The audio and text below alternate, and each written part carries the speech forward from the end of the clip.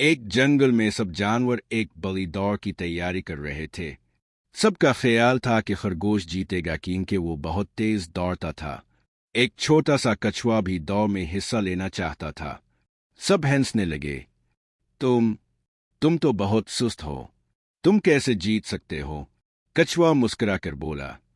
मैं अपनी रफ्तार से चिल्लूंगा, मगर मैं हार नहीं मानूंगा। ओ दौड़ शुरू हुई। खरगोश बिजली की तरह दौड़ा और कछुआ आहिस्ता आहिस्ता अपनी मंजिल की तरफ बढ़ता रहा। खरगोश ने जब पीछे मुड़कर देखा तो कछुआ बहुत पीछे था। खरगोश ने सोचा, मैं तो आराम भी कर सकता हूँ, ये कछुआ मुझे कभी नहीं पकड़ सकता। खरगोश एक दरख्त के नीचे सो गया। मगर कछुआ मुसलसल चलता रहा, ना रुका, ना थका, ना डरा। आखिरकार कछुआ आहिस्ता आहिस्ता चलते चलते मंजिल तक पहुंच गया। जब खरगोश जागा तो कछुआ पहले ही जीत चुका था। सब हैरान थे, मगर कछुआ मुस्कुराकर बोला, कभी भी हिम्मत नहीं हारनी चाहिए। मुसलसल मेहनत करने वाला ही कामयाब होता है।